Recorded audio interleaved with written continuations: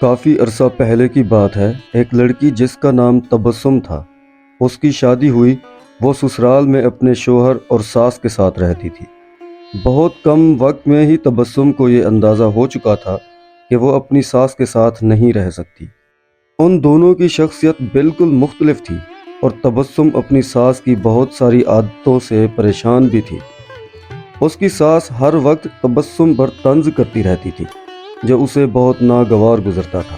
آہستہ آہستہ دن اور پھر ہفتے بیت گئے، لیکن تبسم اور اس کی ساس کی تکرار ختم نہ ہوئی۔ ان تمام نااتفاقیوں کی وجہ سے گھر کا ماحول بہت خراب رہتا تھا، جس کی وجہ سے تبسم کا شوہر بہت پریشان تھا۔ آخر کار تبسم نے یہ فیصلہ کیا کہ وہ اپنی ساس کا برا رویہ اور برداشت نہیں کرے گی، اور وہ اب ضرور کچھ نہ کچھ کرے گی۔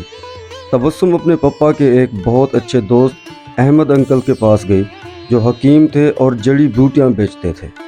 تبسم نے انہیں ساری کہانی بتائی اور ان سے کہا کہ وہ اس کو تھوڑا سا زہر دے دیں تاکہ ہمیشہ کے لیے یہ مسئلہ ہی ختم ہو جائے۔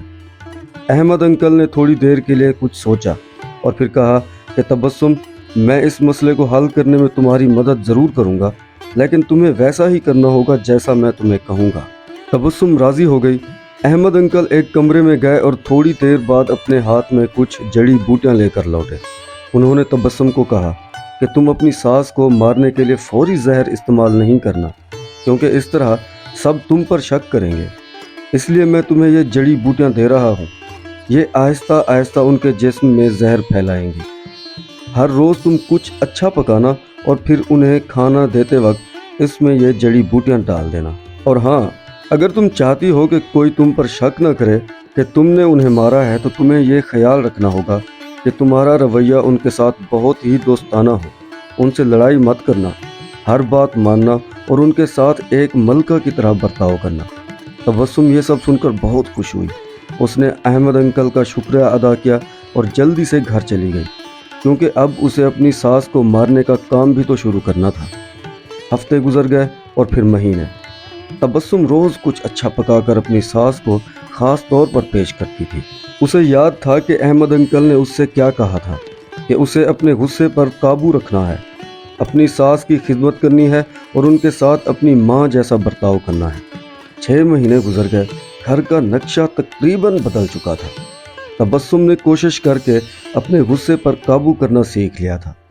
اب وہ اکثر اپنی ساس کی باتوں پر ناراض اور غصہ نہ ہوتی تھی۔ 6 ماہ میں ایک بار بھی اس کا اپنی ساس سے جھگڑا نہیں ہوا تھا، اور اب وہ اسے بہت اچھی بھی لگنے لگی تھی اور ان کے ساتھ رہنا بھی آسان لگنے لگا تھا۔ اس کی ساس کا رویہ بھی اس کے ساتھ بہت بدل گیا تھا، اور وہ بھی تبسم کو اپنی بیٹیوں کی طرح پیار کرنے لگی تھی۔ وہ اپنے سب دوستوں کے درمیان تبسم کی تعریفیں بھی کیا کرتی تھی۔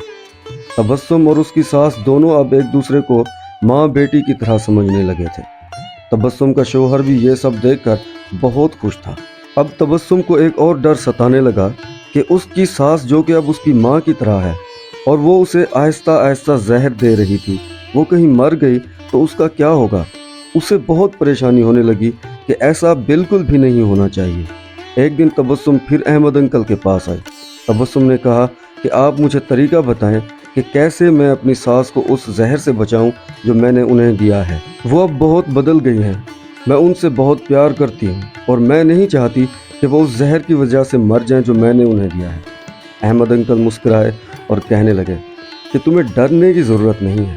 میں نے تمہیں زہر نہیں دیا تھا، بلکہ جو جڑی بوٹیاں میں نے تمہیں دی تھیں وہ وٹامن کی تھیں، تاکہ ان کی صحت بہتر ہو جائے۔